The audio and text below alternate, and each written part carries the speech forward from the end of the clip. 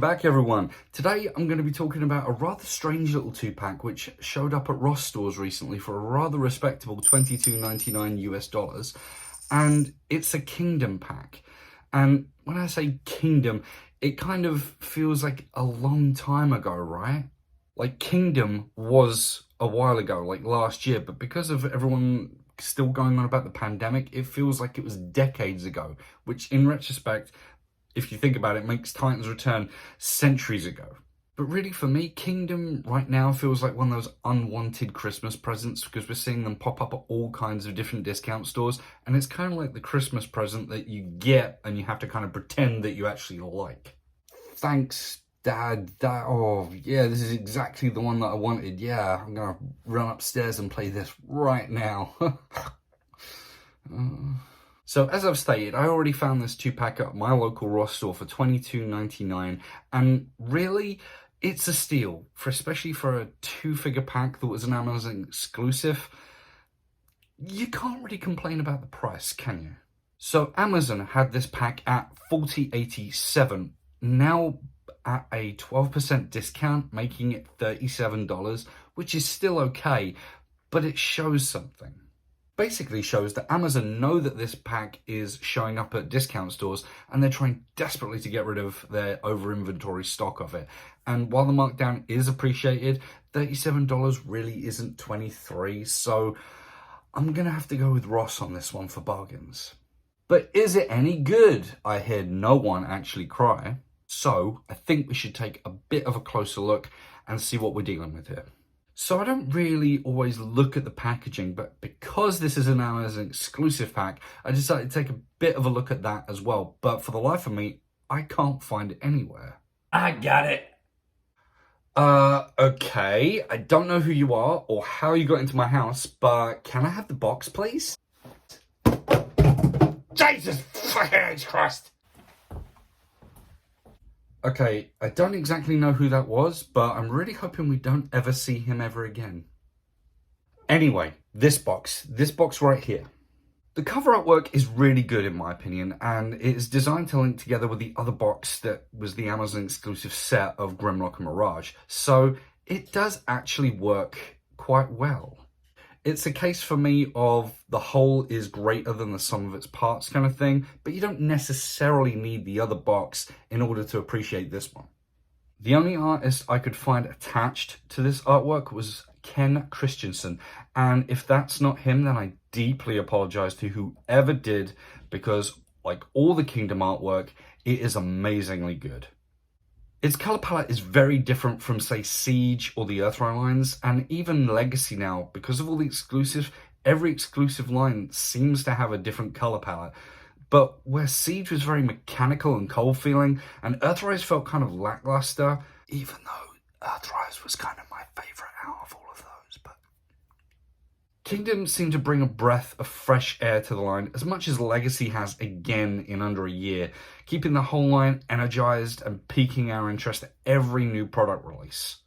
So yeah, while this is an Amazon exclusive, I can understand why it's closed packaging, because this isn't going to appear on shelves and you're not going to get the issue that a lot of stores had with Marvel Legends right now, with figure swapping and returning and replacing. I see that being a big problem, but while these are online store exclusives, closed packaging really has no impact whatsoever, unless it's someone at the actual facility, like stealing shit, but who's gonna do that? There's also nice subtle details of figures later to come, or maybe just added accoutrement to the artwork, like Scorponok here, or maybe even Pterosaur, but that might be pushing it a stretch. Obviously, on the back, you've got your regular, just normal product shots, but product shots are product shots. Dime a dozen, really. And just to clarify that I am being honest and truthful, $22.99 US at your local Ross store. If you find this pack, it's worth $25, at least. That's including tax. So to kick things off, looking at the actual figures inside, let's start off with Sideswipe, because Sideswipe was G1 and G1 does precede Beast Wars. Sideswipe makes great use of this mold that we first got all the way back in 2019 with the very first Siege line. And to be honest, I'm still in love with it. He rocks an Earth mode, which, yes, I use that in air quotes, Earth mode. And the air quotes are just basically because it's a couple of remolded parts on the same figure with some paint lines and ta-da, Earth mode. The plastic they used on him this time is very bright and vibrant, that is true, but by making him that, it's kind of made him look a little bit like a cheap knockoff, if that makes sense. Like on one of those cheap-ass Pound World or Dollar General toys little Jimmy gets from his lazy relative at Christmas. There you go, little Timmy. Now where's your dad keep that good booze? Despite that rather odd look he does carry, he also does seemingly rock the shit out of these colours and owns it. Along with the bright white plastic, it sort of blends together what you'd expect a good sideswipe figure to look like. And while it is good, yes, I do know that it is like the 100th time that we've seen this mold before, but I really don't have a problem with that, and for very good reason. But really think about it, it should be getting old by now. Along with the numerous Datsun repaints and remolds, oddly enough, it's not getting old, or at least to me. If you think about back in the mists of time when the Classics line was released way back in 2005, and we got updated Seekers, a great mold with some even more updated engineering parts, it still rocks. I mean, really, the Seeker molds should be getting old at this point, same as this car mold. But really, if you think about it, this mold is the Autobot equivalent of that Seeker mold. You could reuse this 100 times and people will still buy it with slightly retooled, remolded, and different color schemes because it's a really good mold. So really, this mold does keep surprising me in what they can actually do and stretch it out for as long as they can, because there is quite a lot that has been done and probably will be done with it in the future. So I really don't have a problem. Remolding with Transformers is kind of part and parcel of collecting. You're going to have at least 2 of one mold in 2 different color schemes on your shelf that you're going to love. So yeah, he manages to keep a relatively old mold by now, very fresh, and brings a visual punch to the look. That is very much down to the plastic, I'd say. If it wasn't for the plastic, he wouldn't shine as much as he does. Down to car mode now, and yes, it is the exact same transformation that we are all used to by now. Flips and turns, clipping panels in, flipping out where needed, all very normal and satisfying in its simplicity. And for me, while he does look kind of good, this is kind of where the good ends, because he is just a regular old red sports car. I mean, what else is there? There's at least another 5 of him out there on the market, and when you really stop to think about it, as good as it kind of looks, especially with the plastic this time around, he is just a regular plain old toy car. I know.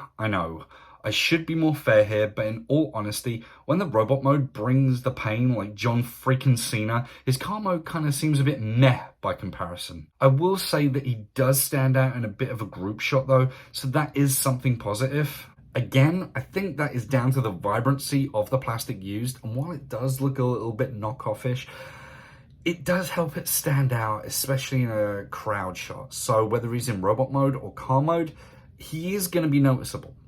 Now moving on to old Skywarp here.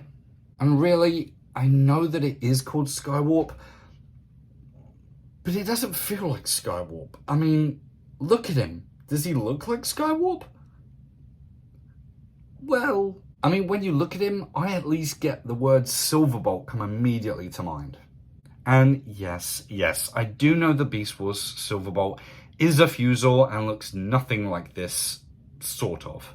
But Skywarp really, I think at this point, G1 has so integrated itself into our heads that anything with a name that doesn't look slightly familiar to what we know in our heads is just kind of crazy to us all. Here though, he does look regal and impressive in his little skinny jeans mold. The Air Razor mold too knocks the whole thing out of the park for me. And Skywarp does come in a completely different color palette, it's true, but it still manages to look completely different from his mold mates. So this head sculpt is brand new and to me kind of invokes a kind of dive bomb vibe, or even a tribal leader with the eagle head stuck on his head, kind of Red Indian-ish. So yes, again, like Sideswipe, he rocks this mold like a pimp, and he clearly knows it. The white painted arm rockets too add a touch of danger to him, which Airraiser with the same accessories never really felt that threatening at all. The plastic again is a solid combination choice, and while it pairs well with the Beast Wars figures in the line, it also helps it pair well with his box mate Sideswipe. Overall, this figure is slim, sleek, and very light in the plastic due to the molding, but it does work well. The Eagle mode is basically squashing all his limbs together into a jumbled mess and finding the right tabs and the right ways you can turn certain pieces until it compresses together in a nice compact form to reveal a very regal eagle. He again owns this mode. Unlike Sideswipe, rather than a normal car mode, his animal mode has more to offer in the way of personality. The mouth even has some articulation, but sadly all I can do with him is the derp face. The wingspan is very impressive and very well articulated. Unlike Rhinox in his beast mode, Skywarp is just as articulated in bird mode, but just in very different ways. The paint scheme works so well for the bird mode, and it seems to have been chosen or was originally to aid the beast mode's look rather than the robot mode. The robot mode has to work with the bird's color palette, and it makes the best of what it can do with these colors.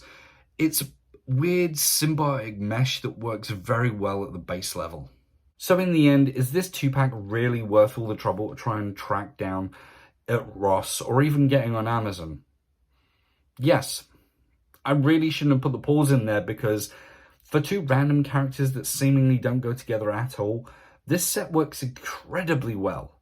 Yes, it's just repaints. Yes, we're going to see a million more of them, but these two kind of have an endless charm for me, which is basically aided by the plastic and just the paint jobs in general. And while they're not really overly familiar characters to me, I know Sideswipe mostly from G1, they do kind of pair together well. Kind of like a fine wine and a fine cheese at a rather well-to-do upscale dinner party. These two kind of have, like I say, an endless charm that just works well. The color scheme's good, and yeah, they're remolds, as I've said again, but it's good. They work. Car mode's a bit shit. So yeah, I'm going to leave that as a solid win for today, because it might be an older box set, but after the disappointment that was Rhinox and the kind of lacklusterness of Blitzwing, it's good to have something good. And I don't know about any of you, but I do need a good dose of good in my life, so I'm going to go now and find that good dose of good. And have a good day. I really don't know how to end videos. So that wraps up a more positive video than some of the ones that I've been doing recently. Thank you for sticking with this to the end. Thank you for liking. Thank you for subscribing if you choose to do so. And otherwise, just have a great day. Try to, at least. Maybe a little bit. Okay. You want me to hit you in the head? Yeah, but let me... See, I told you it's fun. Okay. Or how you got into my house, but can I have the box, please? Yes, I will.